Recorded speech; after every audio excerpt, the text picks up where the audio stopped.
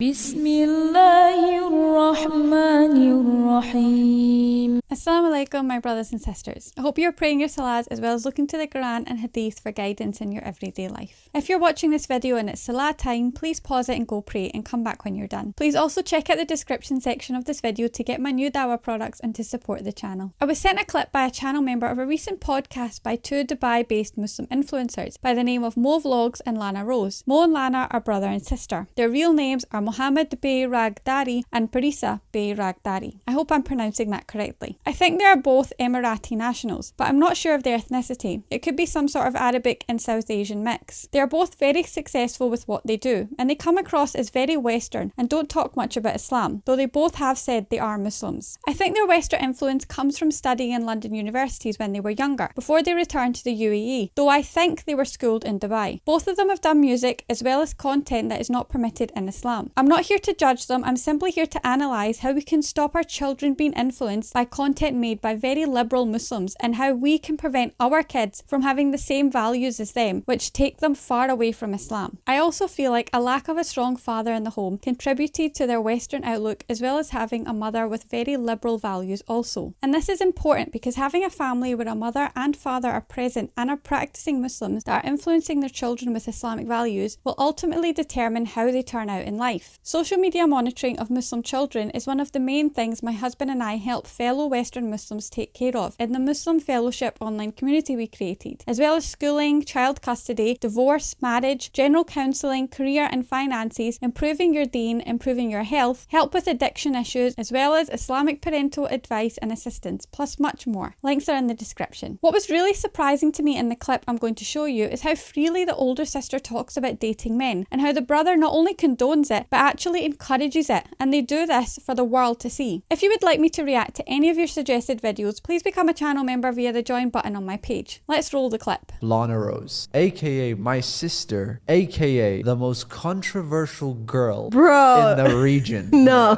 Google her name. Google her name. Lana Rose. What about the medication? Oh, okay. I mean, you sounded all like tough, but like, what about the medicine? All right, the meds. And by the way, are you still on meds? Don't ask me. That's the thing. It's trial and error. Okay, so yeah, medicine can be good, but what make sure. medicine do you take? I'm not gonna give a list of medicines. What does someone watching this that loves Lana Rose and wants to be in a relationship, because there is actually quite a few messages I see like this. How can a guy date you? How can a guy watching this video date Lana Rose? Don't be so direct. Don't come in and say, hey, I like you, or message me with a heart. So I would expect someone to be really discreet. So approaching it indirectly, the guy says it's like about work, right? So I know that to meet him, it's not going to be as awkward as well. So we're going to have work discussions and it's going to be less awkward, right? Because then let's say we don't click. I can walk away. He can walk away. We don't have this weird and you feel it with the energy, right? It doesn't have to, guys, you don't have to approach a girl like, yo, I love you, we have to be together. I feel like even if you meet for work, whatever it is, in that second, you kind of feel the energy and you can just shift direction, you know? Both sides have to first meet and talk. Like, I don't know you, you don't know me. Yes, you've seen me online, but have you seen me in person? That's a different thing. Maybe she's crazy. She is crazy. You never know. I hope I'm not. I don't even know right now. I mean, that laugh was like, I'm crazy. I hate the word married. Imagine right now, you're dating a guy, right? Okay. Obviously, you guys know my sister. She actually used to be in a relationship. So how has your relationship life been like? It was good. Like, I'm proud of that. It was an 8-year relationship. My sister was in an 8-year relationship. And I'm really happy, to say that. Because it's like, I'm a committed type of person. Yeah. How did that go? Can you take us through it? How old were you? I think I met him when I was like 17 or 18. I can't remember. I think it was 18. Yeah, 18. We'll say 18. 18. I met him at a bus stop. A bus stop? You were at a bus stop. I don't think he was. No, he was in a car. He was in a very nice car.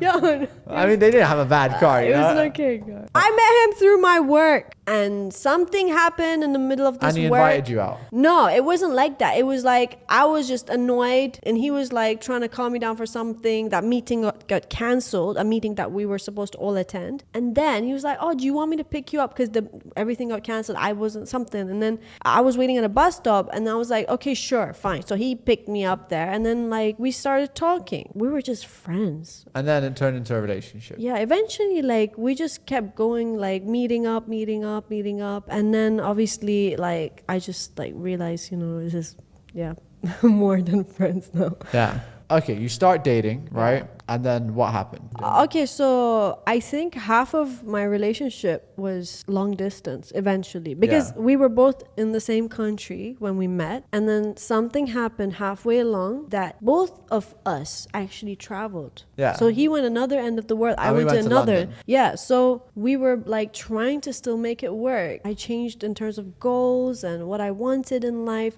And then he also changed, and we both went different, like he traveled, I traveled. So we both realized that we both wanted different things. So obviously eventually we had to call it quits. People are going to say, well, why didn't you guys get married? Oh, he wanted to get married to me. And I was like, but like his lifestyle was different. He wanted to They used to travel a lot. Yeah, he wanted to travel a lot. And for me, it's like, okay, I know like eventually if you have kids, like I want to have my kids studying in one city and just being in the same, like obviously I get it. Sometimes people have to move, but it's not like, I don't want to go like taking my kids in and out of like different cities. So guys, that is my sister's story about her relationship and still looking for love. I mean, of course, if I find someone good, I would definitely. All right. I have some questions. So since we're talking about love and relationships, does your future boyfriend, who might be watching this video, does he need to be rich? Look, this is a question everyone keeps asking me, okay? That was a pause right there. No. You see, this is the thing. Now, I have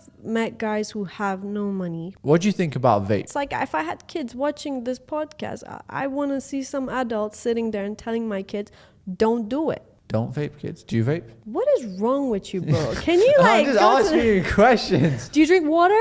I do drink water. Exactly. Next question. If you're someone watching this, right? If you have a boyfriend or a girlfriend that loves you, just love them. Right. Our dad, the star of the show. Daddy. We got daddy issues. Yeah, daddy issues. If you got daddy issues, then we with you. All right. Now, all jokes aside, do you want to talk about it? I think let's keep everyone at peace here. He's living good. We're living good. It's all good. Yeah, guys. Honestly, I don't think it's a question really necessarily towards my sister. Our dad is alive. I think I'd say that. Yeah, bruh.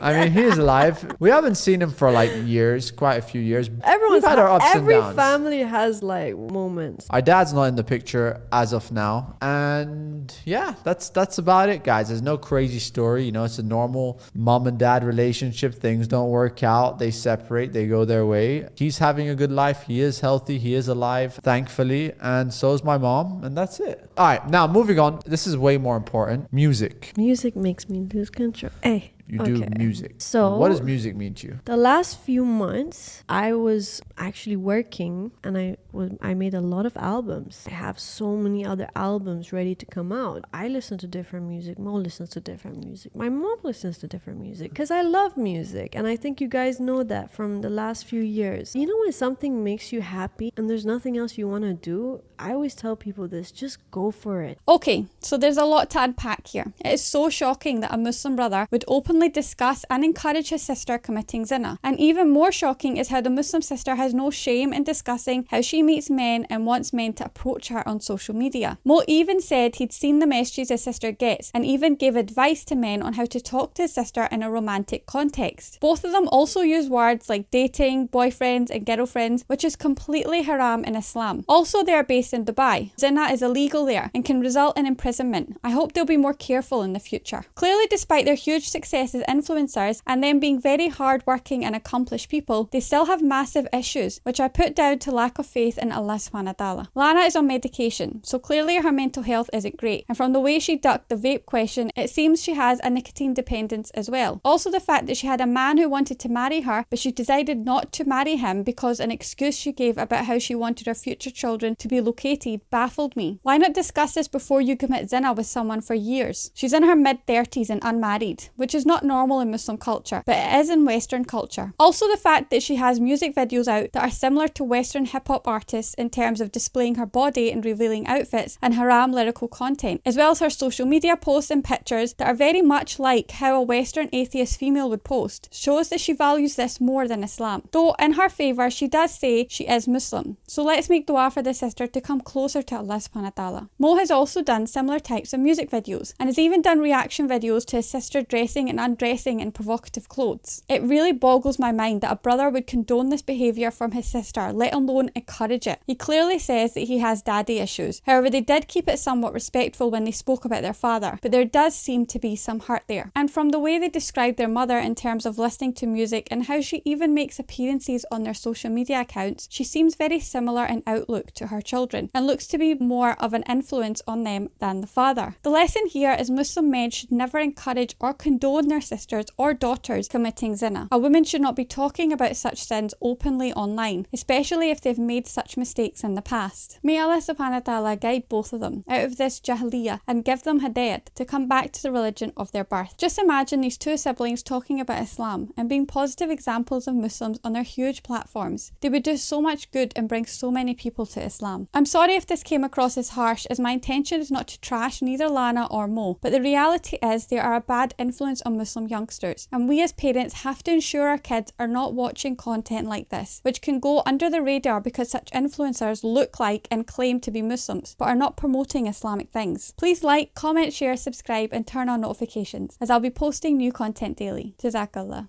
Allahu Akbar, Allahu Akbar, Allah